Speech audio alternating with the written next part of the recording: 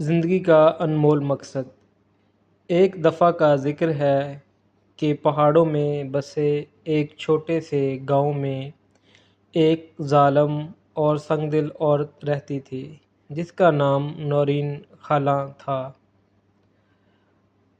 وہ سب سے خوفزدہ اور گریز کیا گیا تھا کیونکہ اس کے ظالمانہ الفاظ اور اعمال نے ٹوٹے ہوئے دلوں اور بکھرے خوابوں کی پگڈنڈی چھوڑ دی تھی۔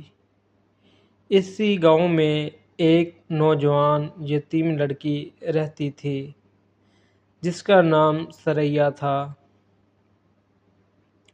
اس نے کم عمری میں اپنے والدین کو کھو دیا تھا اور وہ اپنی ظالم خالہ کے ساتھ رہنے پر مجبور تھی۔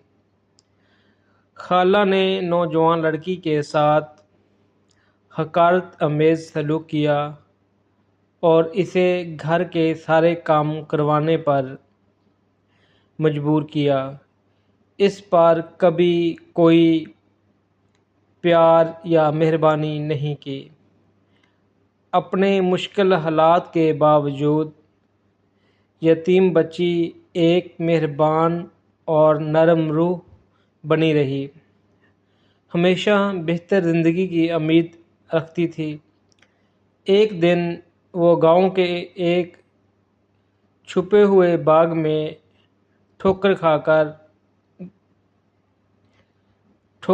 کھا گئی، جہاں اس کی ملاقات ایک عقل مند بوڑھے سے ہوئی جس نے اسے محبت، مہربانی اور شفقت کی طاقت کے بارے میں سکھایا۔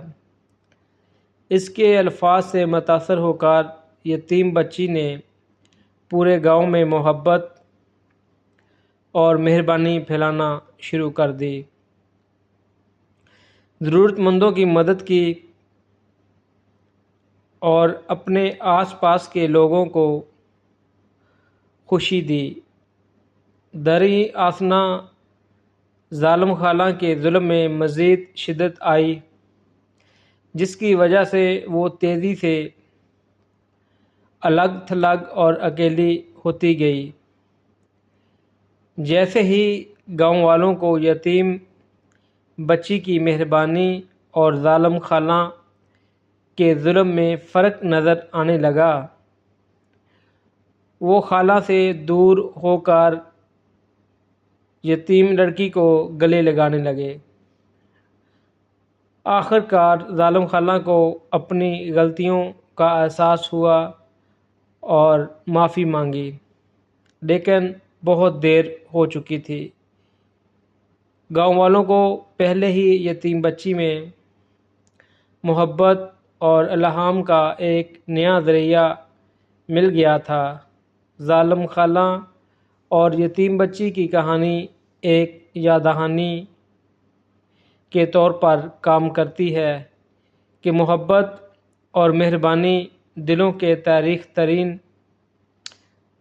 کو بھی فتح کر سکتے ہیں، اور یہ کہ ہمدردی کی طاقت زندگیوں اور برادریوں کو ہمیشہ کے لیے بدل سکتی ہے۔